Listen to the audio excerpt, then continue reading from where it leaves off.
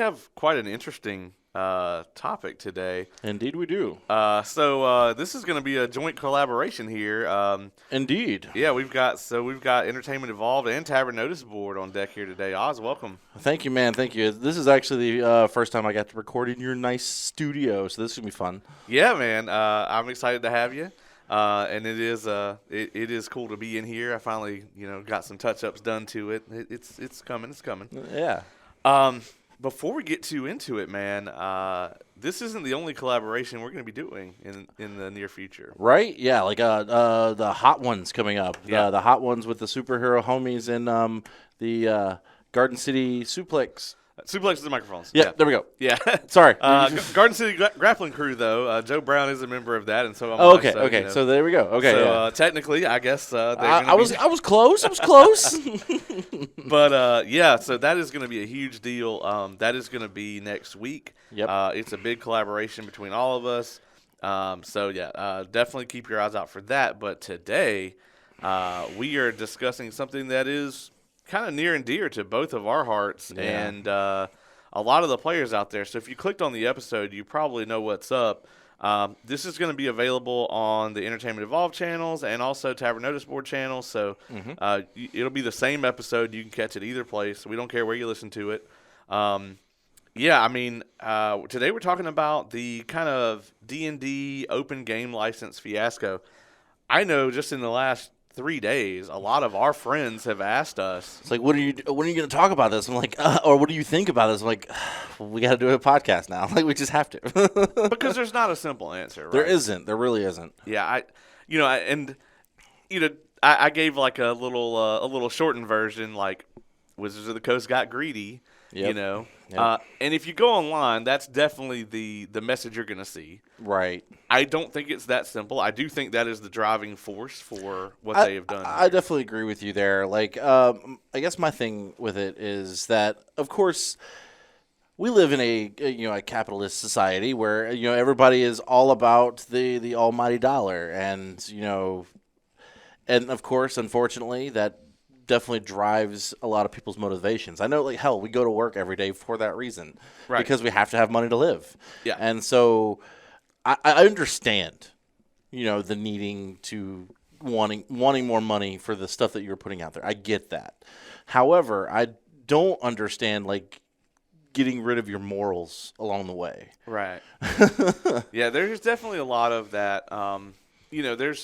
There's kind of that, like, mentality, I think, in our society where it's like, oh, work is more fulfilling than just the money. Right. I think that pretty much any activity that you choose to do is fulfilling, right? Like, if you want to do it. But, like, if you won the lottery tomorrow, if you wouldn't come back to your job the next day, then you're doing it for the money, right? I mean, exactly. Like, I know for a fact, I mean, I do like the place that I work, but Same. I guarantee if I won the lottery and I was set for life, I'm not working there again. Right, yeah. No. Yeah, I might come in there the next day to be like, I'm Deuces. out, thanks for all the, trauma. But So long, and thanks for all the fish. yeah, exactly. So yeah, I mean, so Wizards of the Coast basically sent out a draft of their open game license to, I guess, their, like, inner circle, and thankfully someone on the inside blew the whistle and kind of leaked the documents and their contents. And we're going to kind of get into what's in there, but a lot of folks have kind of asked, like, what even is this? Like, a lot of people never heard of the open game license. So we'll just kind of go through it real quick. So there's 2 ways you can publish your own content, right? And when I say publish, I don't necessarily mean you're going to go through a publisher and get a book printed or whatever. It basically covers anything that's made with the D&D based rule set at all. So Right, and like anything, like other than keeping all your notes at home or in your own personal files, you're actually putting it out there for someone to actually possibly consume or use. Right, and if you're showing it to anyone other than yourself, essentially, then that's considered publishing it under the OGL. I mean, for all intents and purposes. Right. And so, just to give you a little background here, if you're listening to this on the Tavern Notice Board channel, you definitely know that Oz and myself are both avid, like, homebrew kind of our DMs and really just like enjoy creating stuff. And I don't even DM very much anymore, but I still create stuff constantly. Oh, dude, like you've helped me out so much in just some of the stuff. Matter of fact, our new campaign that we just started, we're play testing a love child of our brains, the crafting system that we created. Right. Well, actually, it's more of a profession system rather than a crafting system, but Yeah. it's a mixture of the two, and like we're really excited about that. But this OGL could affect that eventually, like if it got good enough.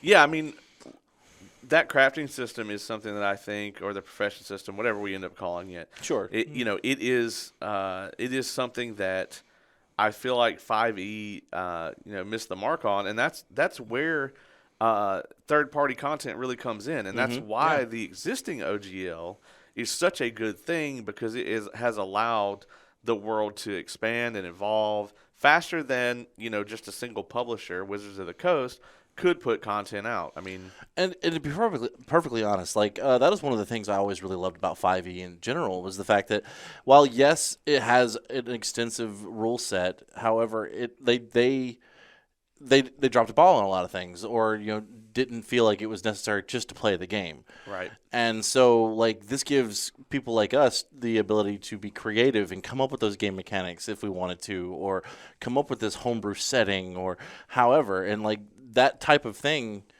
is really hard to put a price tag on, in my opinion. Yeah.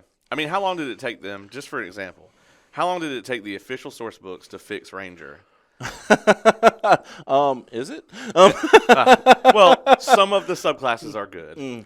And that is fair. That is but fair. in the original release, it was basically a broken class, and not the way we normally would use broken in the sense of like it's OP, but broken in the sense of like there's no, other than like flavor, there's really nothing about this. Right. Yeah. Like Ranger used to be my go-to class. Like one of I can't count how many Rangers I played before 5e, and like when I started reading the 5e rules, I was like, this seems kind of nerfed, man. Like, yeah. What did they do to my Ranger? Yeah, fighter with a bow is way better. Fighter with a bow is better. So we're gonna try to keep this light and not ridiculously technical. There are some excerpts from the OGLs that we're gonna read just to be precise, right? To let you know this is the exact language that they used. Because one of the things that has come on about this is some of it has been blown out of proportion online. Of course, yeah, of course. And we've never known the internet to do that with anything ever before. What? So there's a lot of elements here, and we're going to try to go down as much of it as we can, and keep it light, and have some fun with it as we tend to do. Of course, yeah. So 2 ways you can publish content. You have the OGL, which is mainly what we're going to be talking about today, the Open Game License, and you have the DMs Guild. And the difference here is the DMs Guild is something that's owned by Wizards of the Coast.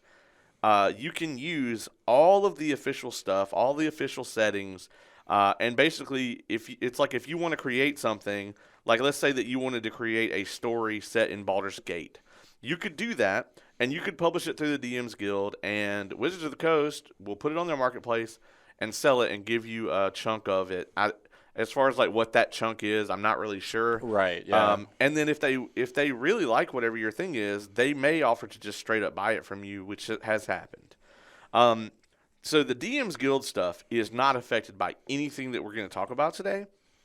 However, if you want to use either no setting or your own original setting, and you want to use just the rules that are in the system reference document, we'll get to that in a second, then you publish your stuff under what's called the Open Game License. And, some very popular stuff in our culture was made with the Open Game License, such as Exandria, which is the Critical Role setting. Yep. Pathfinder, which has branched off into its own entity. And for those of you wondering, the 2nd edition Pathfinder is still also under the Open Game License. So, all these all this stuff you see out there where people have like Kickstarters and stuff, where they're like, oh, we're going to do this Kickstarter. I got one of the new monster manuals from that. Right. It was a third-party company that created a bunch of cool monsters and mechanics and stuff. That all of that is covered under Open Game License. And so all of those publishers, all of those products could be affected by it, all the way from people like ourselves just sitting around homebrewing stuff, all the way up to like Pathfinder, which is like a commercialized product. Right, exactly. And like I know I have definitely taken advantage of a lot of those resources, and I can't count how many times I've went online and looked up homebrew monsters and stuff like that. And if it comes down to it, where people just move away from 5e based off of not liking the way this goes, then that could really affect, like the resources that I'll be able to use. So this affects everybody from all the way from the players level to, like you said, the higher up corporations like Pathfinder. So like, yeah, definitely like the Wizards of the Coast. Whew, they did a doozy on this one. Yeah, I mean, I understand it. Like Pathfinder is I would say their number one competitor. Yeah. Correct me if I'm wrong on that, but pretty much everybody I know that plays, fantasy style like tabletop, they're playing 5e or playing Pathfinder. Pretty much, yeah. Like I know there are definitely others out there, but like those are the ones you hear about. Yeah, I mean, the Fate system. We'll talk about that a little later. That is a very popular system that like it's kind of like 5e in that they have a published system that other games tend to use. But that even the Fate system is originally a OGL, and it may still be to this day. I think the current version of Fate, and I may be wrong on this, I'm pretty sure it is still an open game license product. So okay. The Fantasy Flight stuff, like Edge of the Empire, is not covered under this because they use their own complete different system. A completely different system, yeah. But in order to get out from under that, look at like how many changes they had to make, like how different it has to be. I mean, they use their own dice. While they definitely have the polyhedral set, it's still they use symbols instead of numbers, and like your stats are all based off of levels of difficulty, while instead of just rolling and adding numbers. Right. So like it definitely is a lot different from just the standard D20 system. Right. So basically, we have the open game license, and anything in the open game license is covered under. We mentioned this a minute ago. The systems reference document. Okay, so what is that? The systems reference document is basically like the bare bones core rules. So this is like, like Warlock is in the systems reference document and like Eldritch Blast, but no like subclasses would be in there. Okay. None of your like cleric domains, like any of the extra ones they've created, anything like that. Like all of that like choice space stuff is not really in there. And that's kind of one of, I guess that's kind of an easy guiding kind of idea for it. Like, if you pick your character and create a character, basically anything that you have to choose is not in the systems reference document. Okay. So it can't be used in the OGL. So, like, you can make a new Warlock subclass and make a bunch of spells for it, but you can't take Hexblade and then, say, modify that, for instance. Okay. Under the OGL. Because Hexblade is not in the systems reference document. And then no official settings, like we said. Any of the official settings, like Forgotten Realms, none of that stuff is in there. So you can't use any of that in making any of it. And that's how it is today. Well, and from me in my personal my own homebrew stuff is like I'll use like these play settings and twist them and change them just enough to fit into my world. So like I have those settings in my world, kind of like the Forgotten Realms. Right. So like that could even affect me essentially if my homebrew world becomes a popular thing that people want to be a part of. Right. Yeah. Absolutely. And it could be a thing. And the current OGL and even the modifications, they also don't explicitly limit the restrictions to tabletop gaming, which means that it could affect popular streams like Critical Role, for instance. It could affect your podcast. Yep, I mean, it could. Or this very episode we're doing right now. Right, yeah, I know, right? And so it's not very exact, and I think it's in the changes they intended to make to this were intentionally vague. So Wizards of the Coast has the Open Game License 1.0 or 1.0A. You'll hear them interchangeably. That's what they've been using for the last 20 years. And then what happened is there was a leak, essentially, of their proposed changes to this, the Open Game License 1.1. And that is what everyone is in a huge uproar about. and kind of understandably so. Yeah, and I was because I mean, while I guess subconsciously I knew that was a thing, like an open gaming license, but like I'd never heard of it up until like last week, and then all these people are starting to blow up my TikTok feeds or my YouTube, my Facebook, just everyone like, what is this shit and why is this so nuts? And then I started reading up on it. I'm like, oh damn. And that is why we've recorded this episode. Indeed. So that you all don't have to go and do what we did and research this and figure it all out. Now, to just kind of narrow it down for you, I looked up the exact text of the open game license, the 1.0, the one we're using right now. It's half a page. It's 900 words, which is still more than George R.R. Martin has written this year somehow. I got to get that dig in there. Always. You know, what's interesting about that, though, is, like, Westeros is, like, a tabletop setting, and, like, they could even be impacted as well. Like, oh, my God. Yeah, craziness. It's insane. So, yeah, the original license that we're using right now, 900 words. The new one, and I love that this is the case, is over 9,000. I have it sitting here on the table. You can't see it, but, like, I literally printed the whole thing out just so that I could look at it if I wanted to. And it's like 16, 17 pages. And it's just, you can hear me fumbling papers around the background. It's just a stack of, it looks like a legal contract. It really does. It looks like when you go and buy a car. Like, that's what it looks like. Because it is a legal document. But, like, if you look at the two next to each other, it's just like, yeah, this was insured, you know, the 1.0, this was here to, like, protect their intellectual property and make sure that people could have fun in their worlds. Mm-hmm. Whereas this new one, it's very clearly to try to edge out their competition, like for them to try to get money from, like, Pathfinder and maybe even Critical Role and some of these other places. And a lot of creators, you know, have, like, thrown up the red flag on this, and the internet, really, I mean, the community, I think, all, like, kind of came together on this. Oh yeah, like pretty much everybody is up in arms about this, and you know, it's definitely put. Like, I know I've heard of, like, a bunch of petitions that have been put out. There's been people, like I said, posting all kinds of stuff on TikTok, YouTube, Facebook, stuff like that, and, like, it's just, I will say, it's almost like, you know, that common enemy that, you know, to bring the community together, that sort of thing. But, like you could definitely tell, like, what this game means to everyone, right, based off of this, and just the fact that when, you know, this tyranny hits us, we're like, fuck the system, we're gonna rebel. And I'm like, in a way, it's awesome, but also like there's a lot of negativity to it too. So yeah. Well, you know, it's interesting because, like, you just recorded an episode on gatekeeping. I did. And shout out to Lauren from Coffee and Lore. Yes. You know, she was on that episode, and, like, I'm just, like, listening to it the other day, and I was like, well, the community will gatekeep on anything except this.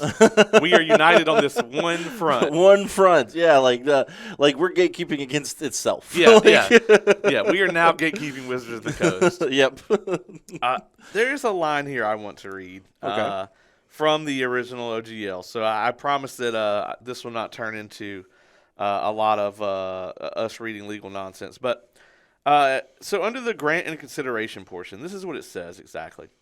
In consideration for agreeing to use this license, the contributors grant you a perpetual, worldwide, royalty-free, non-exclusive license with the exact terms of this license to use the open game content. Now, what that means in English is that you can use this shit for as long as you want, for whatever you want, and you don't owe us anything. Mm-hmm. And that is why all of these companies have made their livelihoods about publishing content under this, because they were given a guarantee. You can come into this world and create. As long as you don't step on our actual IP, you can do whatever you want, and we will never fuck with you for any reason. Right, and then the new gaming license hits, and, like, it's worded pretty strongly about, you know, weeding those people out. So it's like, what did you do? Yeah, yeah, and you know, so the leak came out. The new version splits it into commercial and non-commercial. So in the new version in 1.1, it's like, if you make even $1, you're under the commercial license, right? For any reason. Now you can stay under the non-commercial licensing under the new one, under the proposed draft. It is important to note this is a draft, so that like the this 1.1 as of now is not going to go into effect. Right. But this is what they proposed, and they did not withdraw it until the internet went completely apeshit, and with good reason. Now into their proposition here is like you can take donations, but you can't require money for anything, right? Like, so if you have a Patreon and you know it's $10 a month, and you know you put out a monster and some spells every month, and there's some creators that do that kind of thing. Yeah. Then you're under the commercial license at that point. Okay. So if you make even $1 off of this, that's not considered a donation. And they also consider any exchange of goods to put you under the commercial license. So like, if I'm like, hey, can I borrow the crafting system if I mow your lawn? That puts you under the fucking commercial license. Fuck? And they like specified that in here. Oh no. Yeah. Yeah, they specifically were like bartering and any exchange of goods, services, cryptocurrency, like anything is considered like payment and puts you under the commercial license. And when you go into the commercial license, you are then required to register with Wizards of the Coast, and you have to like report any earnings that you have to them. You have to tell them like what your content is, and like give them a description of what's in it, and like what's under the open game license, and like all of this nonsense stuff that you do not have to do today. Sounds like my new homebrew setting a little bit. yeah, your new homebrew setting that I got introduced to yesterday. Life on the cog ain't fun, folks. We actually started a new campaign setting yesterday, and we're in basically a dystopian space prison. It's fun Essentially, times. Yeah. It's fun times. I almost want Wizards of the Coast to come and take it. Like, they're just gonna show up. So there are a couple good things in here. So I do want to talk about that. Of course, yeah. Before we go on, because in the proposed changes, a couple good things. So one of the good things in here is that basically you cannot use the open game license to make anything that's like harmful, discriminatory, illegal, obscene, etc. I think that's a good thing. I don't know that there is anybody out there publishing and making money off of such content, but I do appreciate that they put it in there so like, you know, somebody can't make a fucking like Rise of the Confederacy setting and sell it. Yeah, I could see it happening.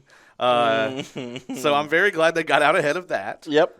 And then also, you know, they did put in here that you basically your content cannot. It basically can't harm the reputation of D&D, like specifically. Right. And to their credit, they also. They specify that does not apply to any criticism of Wizards of the Coast or D&D. So, like, you can criticize it, but you can't put out something that's going to harm the reputation of D&D, essentially. Okay. So I thought that both of those items were noble. Like, those were good things. I mean, like, and honestly, very reasonable. Like those are the things like I think most companies should do. Right. Like, you know, just to cover their own ass. Yeah, I agree. And those are the good things in the proposed changes. The bad stuff is, well, pretty much everything else. This is where it starts to get rough, guys. So this is why people are going completely, like, just off the wall about this. And, you know, I am glad that we were able to kind of wait to publicly comment on it until everything played out. Right, yeah.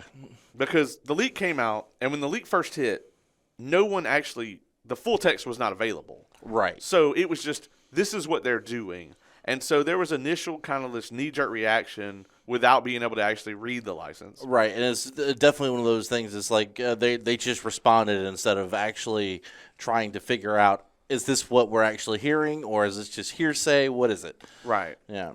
And you know, then the actual text did come out. And then it was like, oh, these people were right to be livid.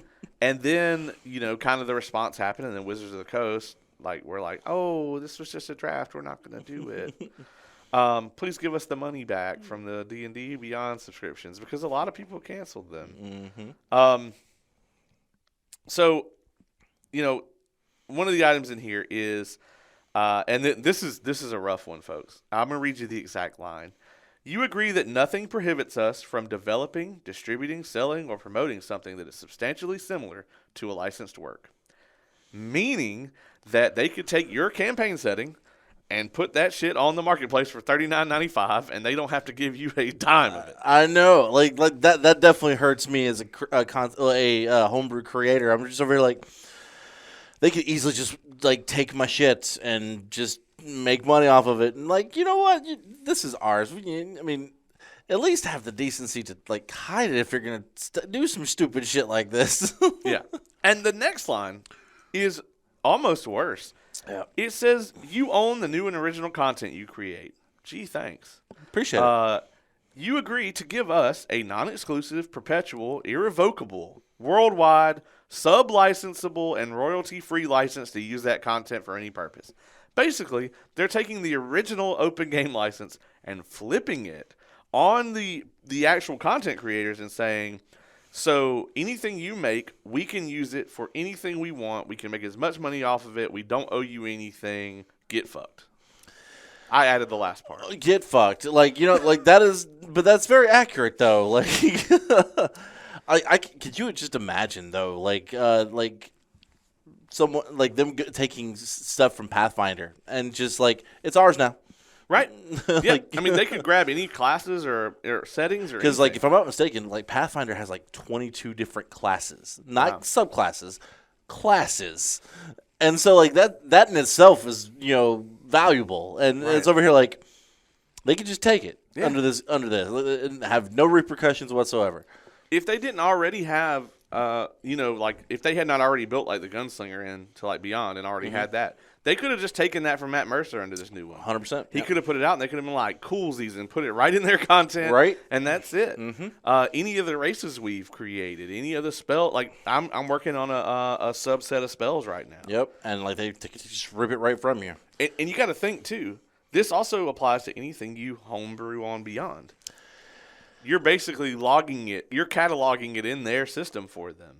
Times I'm very grateful that I never got into the DM side of the D&D Beyond because like I have so much content that I've created for my homebrew world that I like uploading that into D&D Beyond, and now I don't even know if I want to. Yeah, I mean the amount of like changes we would have to do, and I'm sure that we probably don't even have as much content as most people. Like I'm sure there's people out there that have 10, maybe 100 times of what we've got. Of course, people have been creating this stuff their whole lives, and just with what we have, for us to change it enough to where it would not fit under 5e, it would take us, what do you think, 40, 50 hours nonstop? I mean, yeah, like nonstop, like no sleep, no food. That's what we're doing. Yeah, it would be easily 40 to 50 hours of Easily. labor. Yeah, with us just modifying this stuff, and because I know I have hundreds of hours into my stuff. So yeah, me too. Yeah. So essentially, we covered this a little bit. No matter how much money you believe the product will make, and this is will make. So like, if you even intend to make any money, you have to license. You have to like register with them. You have to give them your contact info. You have to tell them everywhere you're going to publish your stuff, how much it's going to cost, all of that, and you're going to have to make a yearly report to Wizards of the Coast saying this is how much money you made. And also, if you make over $750,000 in a year, then you have to pay them 20 to 25% of everything above that. Now, that sounds like a lot of money, and it is, but that's revenue. It's not profit. So if you start a Kickstarter, and let's say that your pledge for your Kickstarter is $200 to get whatever it is you're making, some minis or whatever, and you're making $10 a pledge off of that. If your Kickstarter hits $1 million, then you still have to pay them up to 25% of all of the money above $750,000. So it could be all of your profit. Every bit of it, yeah. And in that instance, they're only making 5%. So like, you could literally go into the negative paying Wizards of the Coast the money you're going to pay them. Yeah, no, like that. I mean, so part of me does understand, like, and again, this goes back to what I said at the beginning of the podcast, is like, we live in a world where, capitalism and, the mighty dollar runs our lives, and people have, took so many steps for copyrights and stuff like that. And so it's not like, hell, I know at my job I've signed a no compete agreement. That's a very similar instance. It's one of those things. This is the world we live in. However, D&D has never been about that. So, I mean, I understand. I do. Like, especially with the new direction they're going and all the new purchases they've made of, actually buying D&D Beyond and, like, a lot of the other stuff that they're working on. So, and, like, the switch over to one D&D. So, I get it. They wanted to build a new, I guess, a legal documentation to help cover those particular changes and stuff like that, and I get it. But remember, your fan base was built on this type of content being created, so you can, capitalize on the popularity of the stuff that they're making for you. Yeah, and another thing to mention too, and you had sent me a video this morning that was from Mark Holmes. Yep. Holmes. Either way. Holmes, I think. Humes sounds awesome. Humes. Humes. I like Humes. NPC. And so, yeah, I mean, he talked about this too. Like, most of the people that write in those official documents that like make the actual source books, most of them are freelancers, and they, in the time between like working on stuff for Wizards of the Coast, will go and create content for Paizo or any of these other like publishers. And essentially, like, this is hurting even their own people's ability to make a living. Right? Yeah, like you're taking their livelihood, man. Yeah, I mean, so legally, can they do that? Well, and so that is an interesting question, Oz. That brings us to Paizo's response here. So, I listed here some popular works that are created under the OGL. We covered some of these. Exandria from Critical Role, Spycraft, which is made by Alderac Entertainment, Pathfinder, which is Paizo, the Cyberpunk setting, which is Mongoose Publishing, and then Evil Hat Productions they make the Fate system that we were talking about earlier. They also have a tabletop RPG based off the Dresden Files, which is a pretty popular series of novels. I've actually read some of those, and those are under the OGL as well. So all of these are kind of some of the bigger ones. But Paizo is easily the largest, I would say. Yeah. Pathfinder, like we covered earlier, it's definitely the number 2. Yeah. So the actual owner of Paizo, Lisa Stevens, and their president, Jim Butler, they actually were on the leadership team at Wizards of the Coast at the time that the original OGL was published.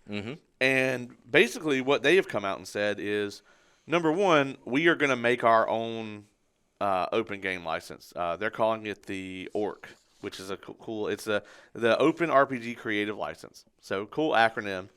And we'll get into that in a second. But they basically are saying that they don't believe Wizards of the Coast can even do this because of the wording in the original license. I'm sure there's definitely laws that kind of like protect some of the stuff that they're trying to do. Yeah. So it's like, or trying to eradicate essentially. Like, yeah, because like I definitely know from firsthand experience that like you can't force someone not to go do a job that is their field of expertise. That is their livelihood. That is what they've spent their life doing. So you can't just make it so you can't go do this job if you get fired or you quit. Yeah. So, and Paizo has said like, they do not believe that Wizards of the Coast has the legal authority to deauthorize the original license at all. So, like maybe expand on it, but not like get rid of it. Yeah. Yeah. I mean, and they've said like they are willing to basically represent all of the publishers if they need to, and that they will cover the legal fees and stuff if they need to challenge this in court. And also, in regards to their new license, essentially they've hired a law firm, and they're going to make a new open RPG creative license. It will not be based on any one system. Paizo is going to pay for the legal work to get done, and basically they've invited anybody that wants to publish content under it to help them work on it.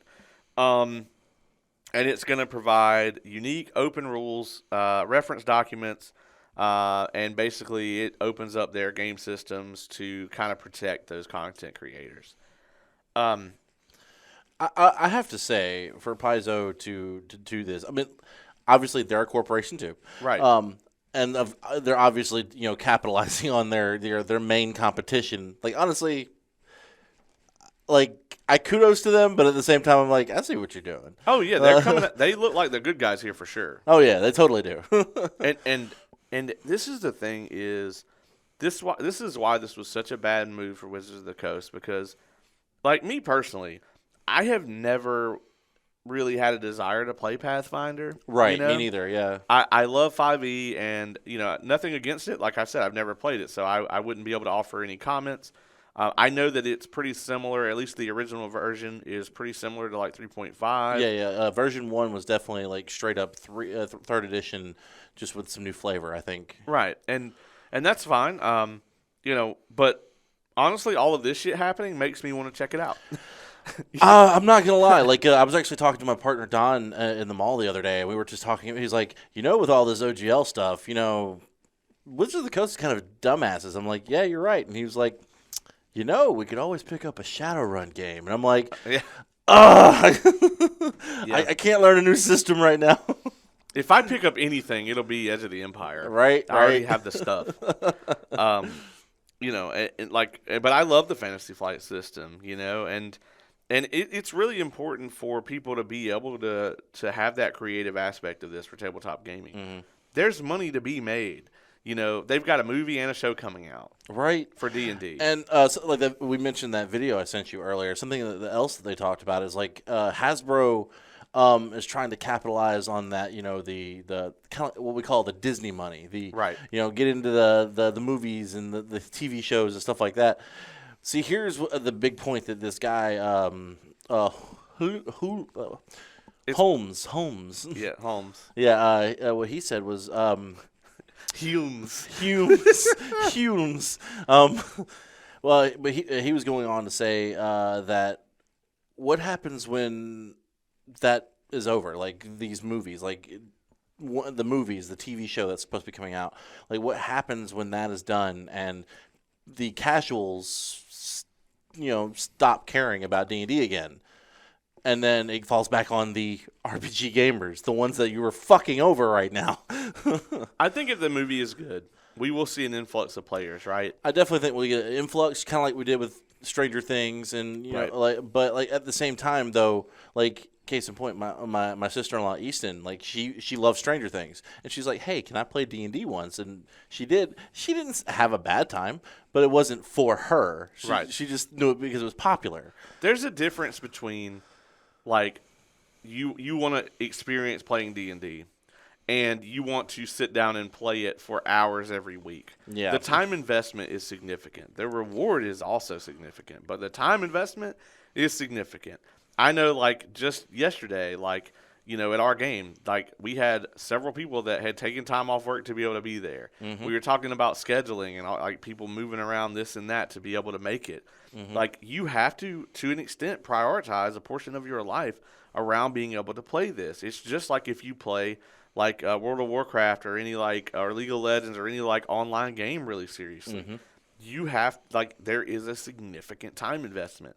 And the casuals, we need your money to keep the world turning. But there is no reason for Wizards of the Coast to exploit everyone over it.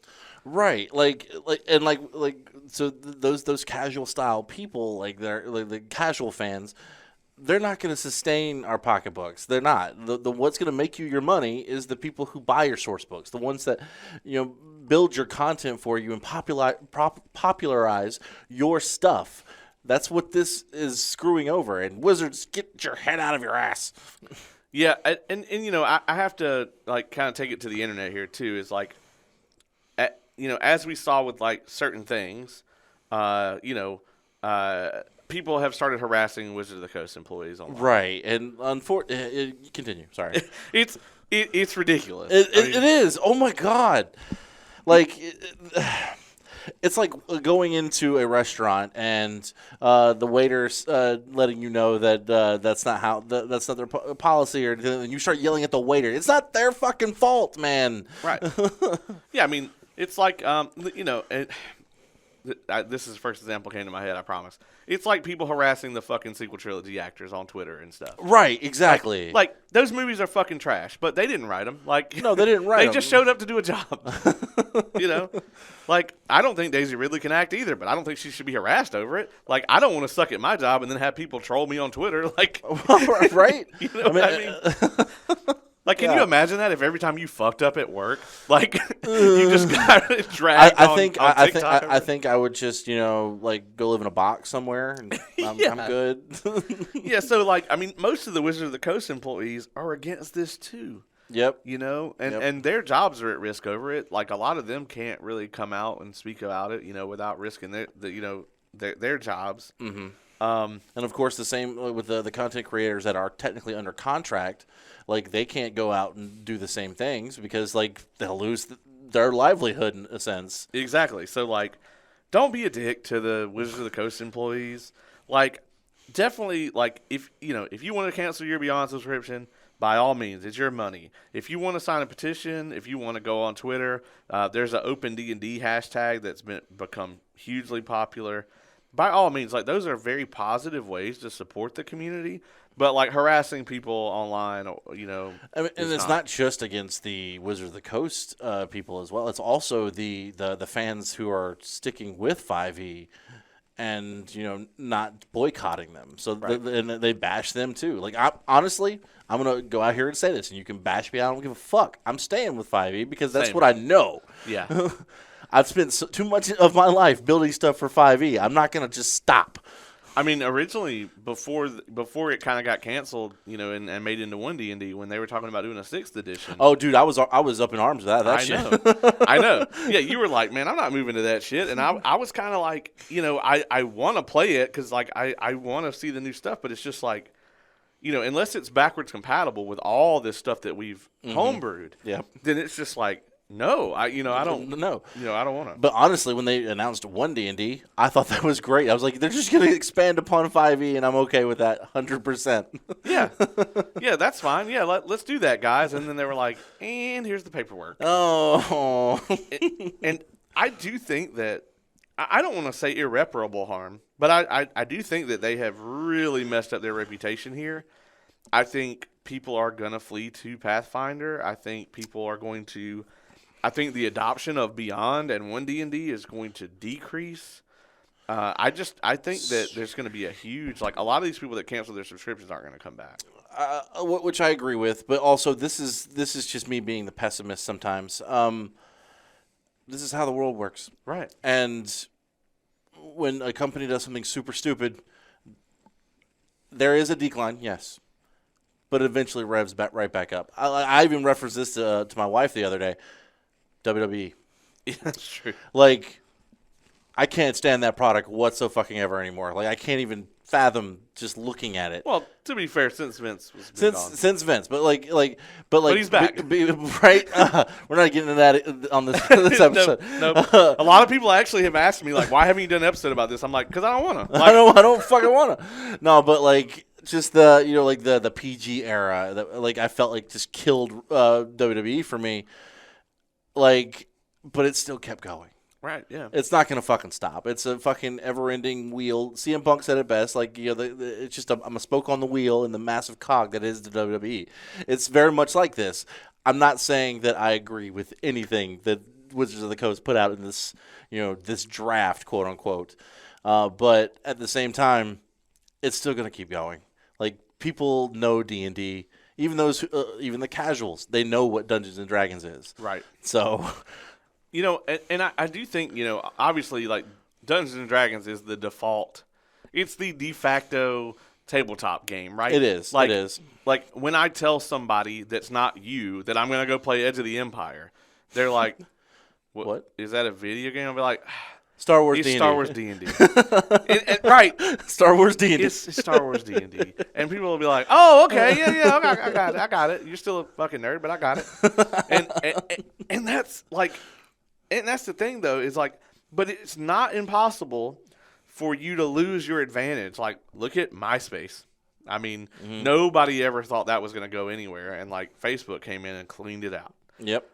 There's been a ton of like social media examples of that. So it's like Wizards of the Coast had such a good thing going here. Like they grew D&D from like a thing that like people just played in their fucking basement to this global like phenomenon that's bringing in all these new players and all this stuff.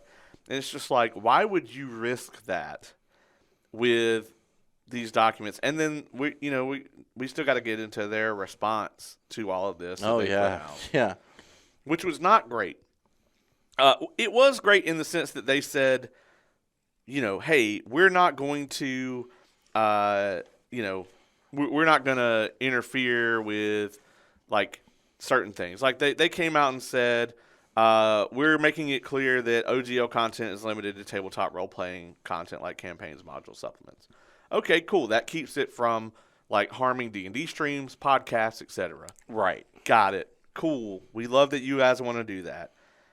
They said that our job is to be good stewards of the game, and the OGL is this for the benefit of the fans. Cool, but that's not what's in this document. Nope.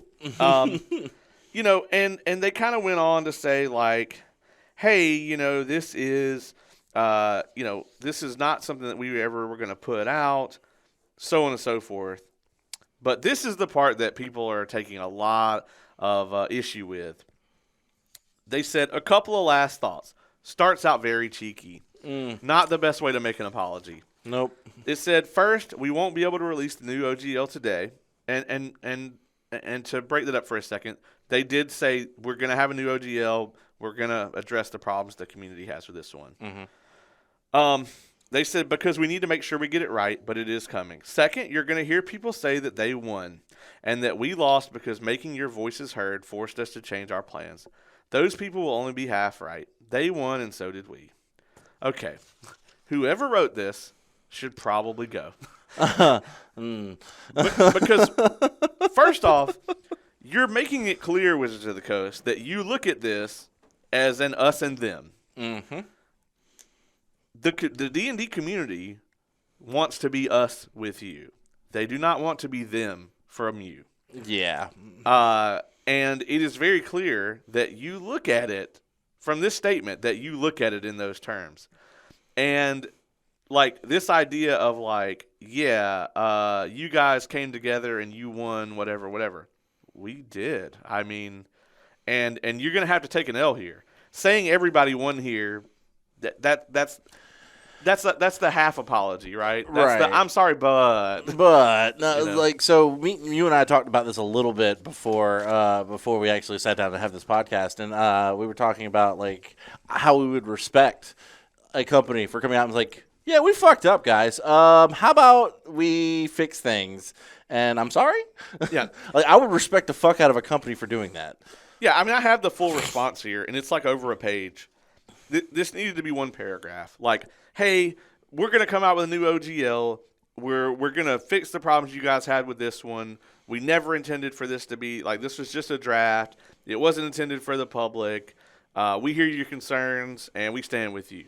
That's all we fucking needed. We did not need a page and a half of excuses and trying to explain this and that. And, this reads like, I don't want to say a PR firm wrote it because they would have never put that shit I just read in there. A bad one would. Yeah, that's true. That's true. It could have been a cheap one. Yeah.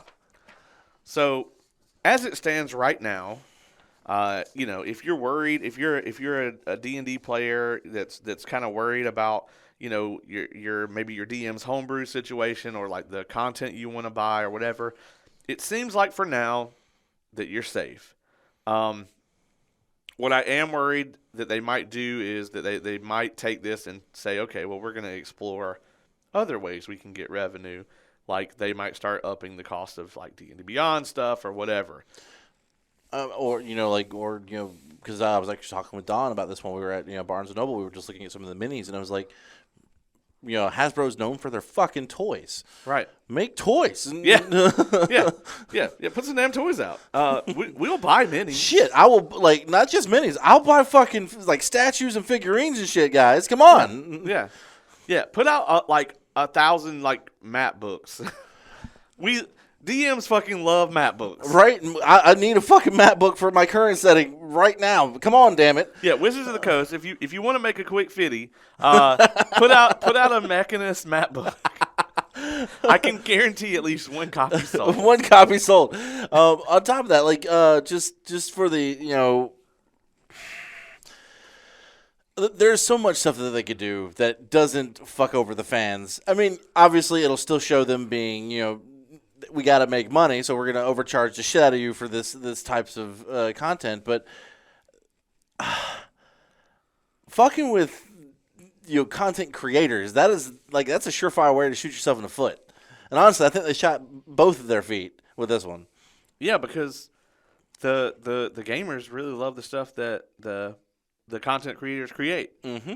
And yeah, here we are. It's just like when there was a huge thing about crunch in the gaming industry where people were like the big companies were treating the game developers shitty, and the gamers were like, wait, that's who makes the games, and this is the same thing. We need games, man. Yeah. I mean, there's a lot here. And Wizards of the Coast, like, they had so much goodwill with me. They had just kind of like fixed the issue that I had where, like, you had to buy the physical book, which I love to have, and then you had to pay for the shit again on Beyond. Like, they had just started doing where you could get the bundle where you pay the one price and get both things. Right. And I was like, fuck yeah, this is like, finally they're doing this. And then right after that, like, this happens. Yeah. Yeah. And they just lost all of that. And I do think that you're going to see these companies, like, if I was going to do a Kickstarter right now, I would strongly consider making my stuff for a Paizo product instead of doing it under Wizards of the Coast because of this reason. Like, yeah, you're not going to have as many Pathfinder players as you're going to have D&D players, so you have a smaller audience to sell to, but you also don't have to worry about Paizo coming out and snatching the rug out from under you and taking your profits. Right. And I will say that this past week, I've always had this in the back of my head of wanting to create my own gaming system, but this past week it has definitely hit like, damn it, man. Maybe I should look into that. We're going to need more than one laptop. Yeah, I got a pretty decent one. Yeah, you do. Yeah, it's better than mine.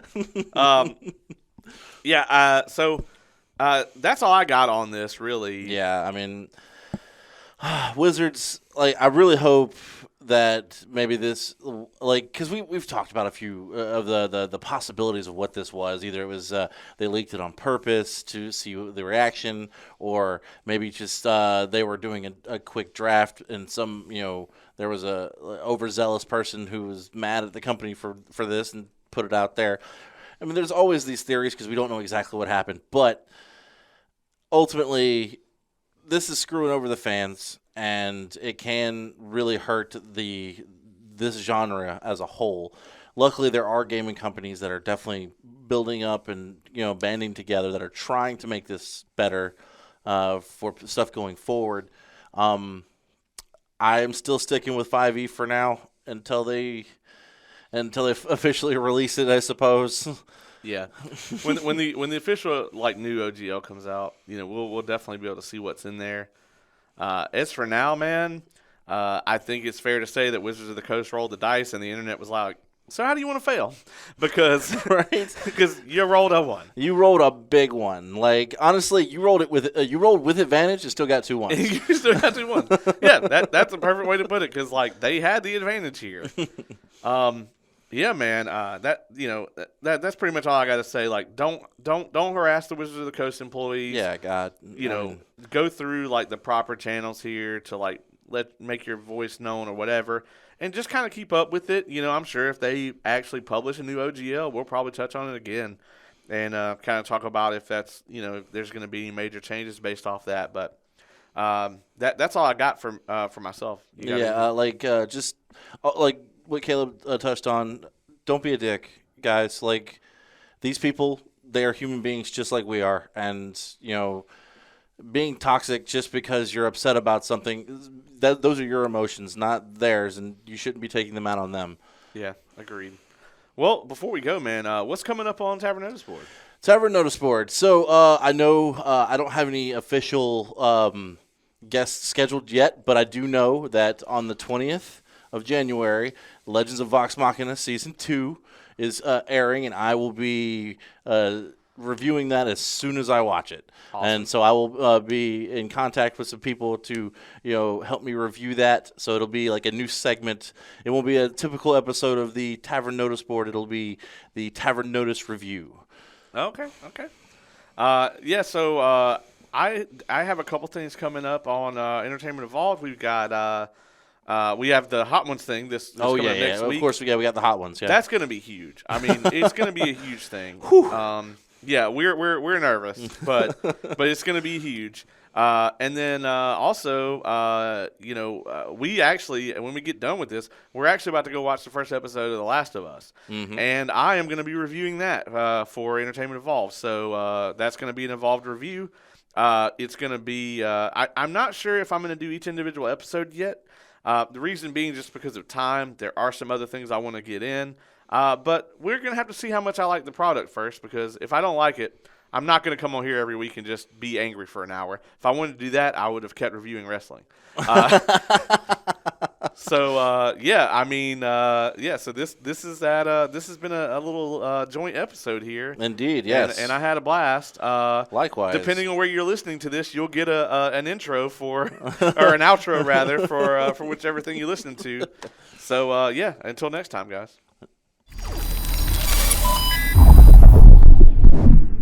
Wow.